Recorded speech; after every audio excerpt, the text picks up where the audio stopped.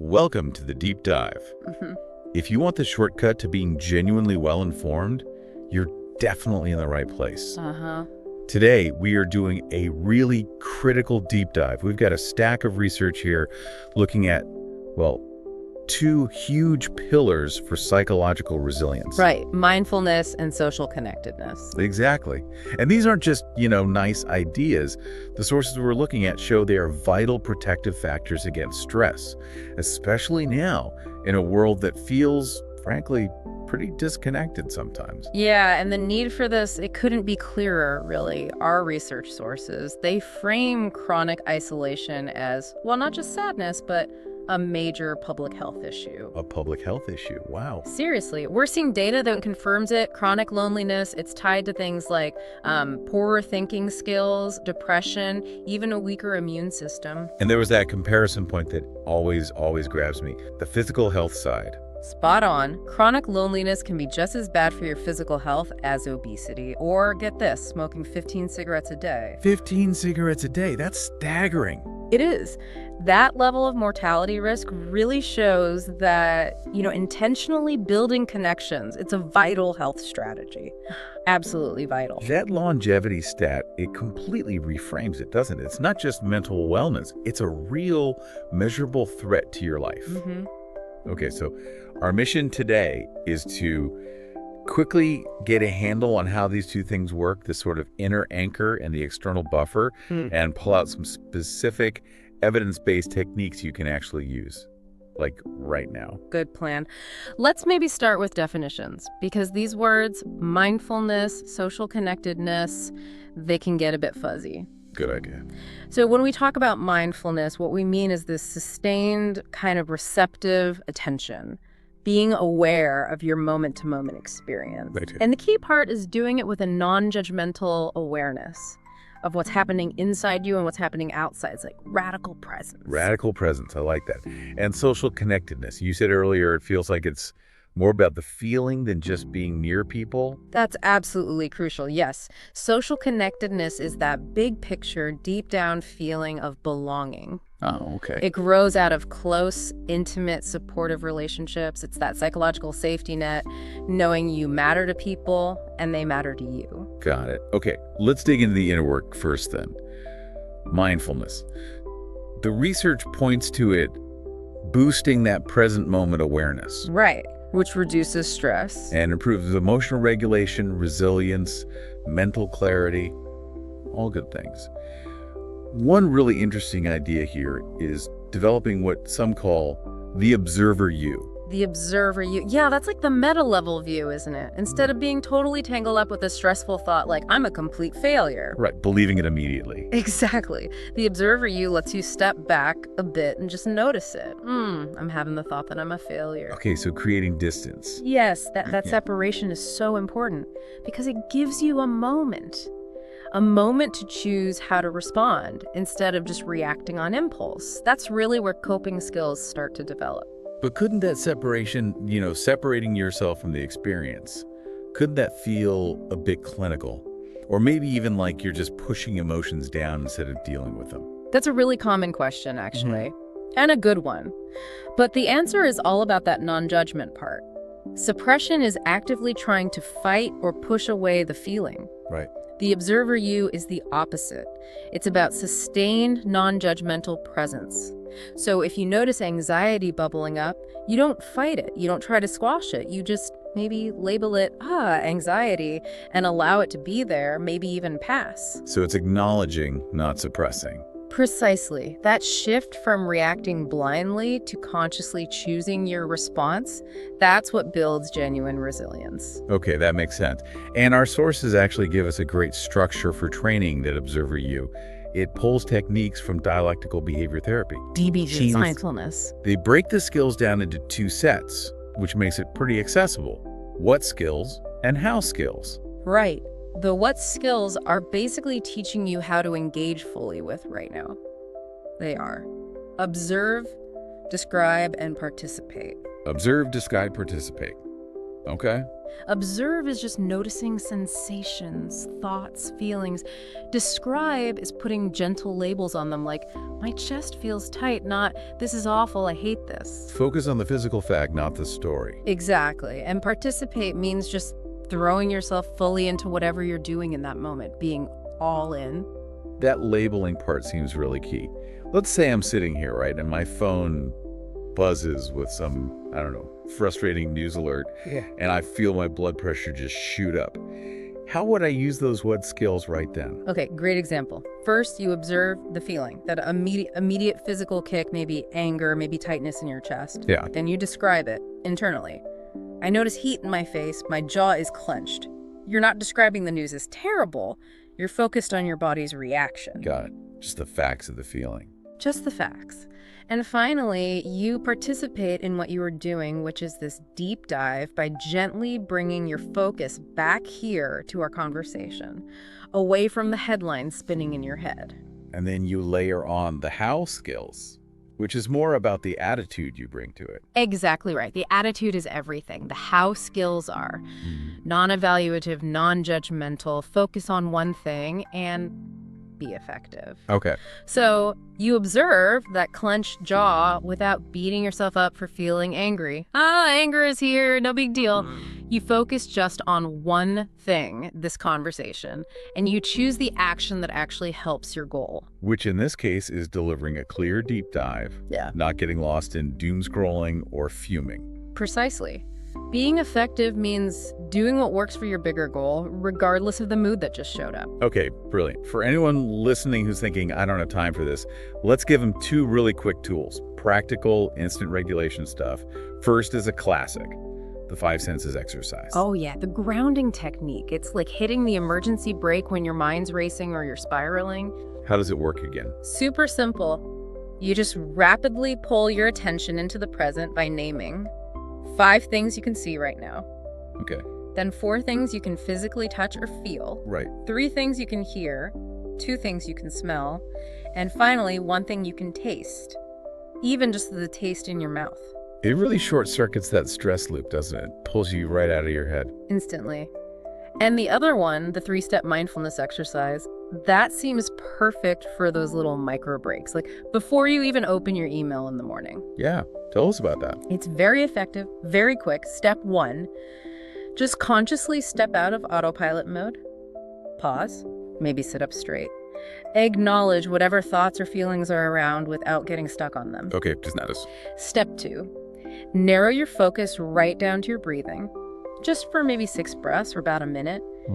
Feel the sensation of breathing in and out. Anchor yourself there. Step 3, gently expand your awareness back out. First, notice body sensations, tightness, warmth, coolness, whatever. Then expand further out to the room around you. Sounds, sights, the space. It's like a mini system reboot. A mini reboot. I love that. Okay, so that really covers the inner anchor, that mindfulness piece. Training the mind to observe itself, choose its response. But now we need to connect that to the outside world, right? The external buffer social connection. Because what good is inner peace if we can't relate to anyone? Well, exactly. And that connection piece is just fundamental. Like we said at the start, that need to belong. It's basically baked into our DNA as humans. I think it's primal. Totally. Yeah. And when that need is met, the research is clear. We see much better psychological well-being, lower levels of loneliness, anxiety, depression, even anger. Social ties are like the ultimate shock absorber, emotionally and physically. And something the research really stressed, which I found fascinating, is it's not just about the number of friends you have. No, volume isn't the key. It's the perception of connection that really counts. Just feeling like you have support available, even if you don't actively use it all the time, that can reduce distress. It can even lower the risk of trauma-related issues after something bad happens. Yeah, the perceived availability of support is huge.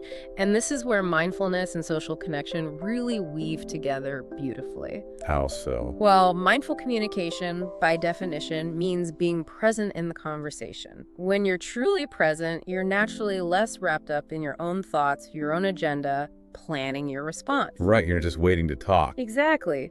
That inner stillness lets you genuinely tune into the other person more. Their emotions, what they might be trying to say underneath the words, what they might need. It helps you be truly responsive. So if we take those house skills we talked about, non-judgment, focus, and apply them to a conversation, what does that look like? The sources gave us, I think, 3 concrete ways to practice mindful social interaction. Yes. First, and maybe most important, is mindful listening. We usually listen just enough to figure out what we want to say next. Guilty as charged sometimes. We all are. Mindful listening means intentionally creating this inner quiet space where your only goal is to truly understand the other person. You actually postpone thinking about your response. And when you do that, the other person feels genuinely heard, which is basically the definition of feeling accepted, not judged. That alone could transform relationships. Okay, what's next? That flows naturally into mindful speech. There's a handy acronym for this one, THINK. Before you speak, ask yourself, is it true? Is it helpful? Is it inspiring? Or at least not harmful? Is it necessary? And is it kind? THINK. True, helpful, inspiring, necessary, kind. That's a fantastic filter. A quick check against just reacting or gossiping. It really is. A conscious pause. And the third piece is nonverbal. Yeah. We can't forget mindful body language. Yes. What we say without words. Exactly. Simple things like making good eye contact, not staring, but connecting. And physically orienting yourself towards the person, like literally pointing your belly button towards them. Okay, showing you're engaged. It signals engagement much more powerfully than words sometimes. It says, I'm with you. And, staying mindful of our own resources fits in here too, right? Mindful interaction isn't just about being present with others, but also knowing our own limits. Absolutely. That means setting healthy boundaries, mindfully choosing to say no to that huge party if you're feeling drained, and maybe yes to a smaller coffee date with a supportive friend instead. It's part of cultivating a social life that actually nourishes you rather than depletes you. Recognizing your limits and protecting your energy is being mindful. It allows you to show up more fully and authentically when you do choose to connect. That idea of resources and limits, it's actually a perfect bridge, because the next thing we need to dive into is what happens when everyone's resources are just slammed under massive collective stress. Yes, the pandemic research. Exactly. We've got findings from a major study during that first COVID-19 stay-at-home phase. It looks specifically at how mindfulness and social connection held up under that kind of extreme pressure. Yeah, that study was really insightful because it was like a real-time stress test on, everyone. And the main finding, it basically confirmed what we've been saying. Which was? Generally speaking, people with higher levels of dispositional mindfulness, that's like your baseline ability to be mindful, and people who felt more socially connected, they consistently reported lower levels of anxiety and depression across the board. Okay, so the basics held true even under fire. But, and this is where it gets really interesting, the context of how you were sheltering changed the picture dramatically, didn't it? The results weren't the same for everyone. Not at all. The specifics really mattered. Let's break down the 3 main groups they looked at. First, couples or partners living together. Okay, what happened there? For them, having lower levels of that baseline mindfulness was strongly linked to higher anxiety. That makes sense. But here's the kicker. Using more avoidant coping strategies. Like what? Distraction, denial. Exactly. Self-distraction, denial, even self-blame. When couples relied more on those tactics, their anxiety and depression symptoms shot way up, substantially higher. Wow. So feeling trapped, maybe stressed, lacking that inner awareness, and then trying to just distract or blame. That sounds like a recipe for making things much worse. It really was. It's like they were mentally trying to escape the situation while being physically stuck together, which just amplified the tension. Okay, what about individual sheltering alone? How did connection play out for them? Well, for people isolating alone, social connectedness was still protective, which is good. But the impact of increasing that connection, maybe through Zoom calls or texts, it wasn't quite as powerful for them as it was for people living with others. So virtual connection helped, but didn't fully replace the buffer of physical presence. It seems that way. Being physically alone presented unique challenges that even strong perceived support from afar couldn't entirely counteract. That lack of daily, casual, physical co-presence was a significant stressor in itself. That makes sense. Okay, now the finding that really surprised me. Households with children. We normally think taking action, planning, being positive, those are good coping skills, right? Usually, yes. That's the standard advice. But the research found the opposite for parents during that time. This was the bombshell insight, really. For parents in households with kids, the overuse of what we call approach coping. Meaning things like hyper-planning, trying really hard to fix everything, maybe forced positivity. Exactly. Aggressive problem-solving, detailed scheduling for lockdown, constantly trying to positively reframe an objectively difficult situation. When parents did too much of that, it was linked to significant increases in their depressive symptoms.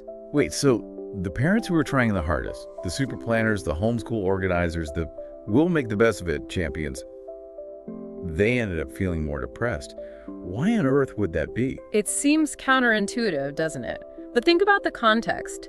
The study suggests that maybe those coping behaviors weren't just protective factors, maybe they're also an outcome of extreme stress. Meaning, the more stressed they felt, the more desperately they tried to plan and control. Precisely. And crucially, during that phase 1 lockdown, the situation was largely unsolvable by individual effort. Parents couldn't plan away the virus or job insecurity or the lack of childcare or the schools being closed. So they were pouring energy into strategies that just couldn't work.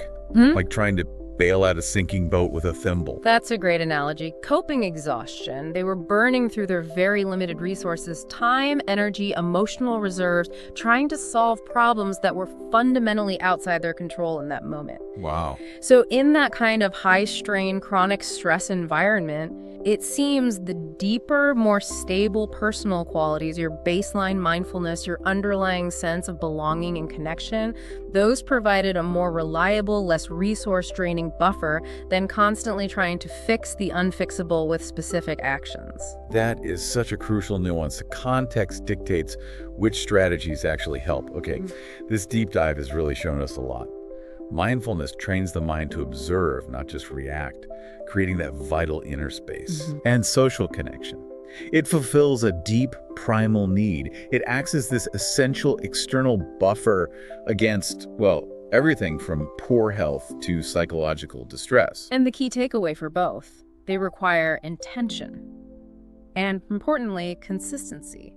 It's a practice. Right. Not a one-time fix. Definitely not. But you can start small. Those simple methods we talked about, the 3-minute breathing space, or even just doing the 5 senses exercise once a day when you feel overwhelmed, those are great ways to just kickstart the habit. And on the connection side, remembering that being socially healthy isn't passive either. It takes conscious effort. Consistency. You mentioned that stat about relationship building. Ah, yes. The research suggesting it takes roughly 200 hours of time together, real, engaged time, to build those close, intimate friendships. The kind that offer the strongest psychological buffer. 200 hours. That really underlines that quality connection takes investment. It doesn't just happen. It really doesn't. So if we accept that mindfulness needs that sustained, ongoing practice to really reshape our inner world, maybe here's the final thought for you to chew on today. Okay, lay it on us. If we accept that meaningful connection is potentially as vital to your health as, say, not smoking 15 cigarettes a day, what one simple, consistent action are you ready to commit to, maybe just this week, to intentionally cultivate those vital social connections that anchor your outer world?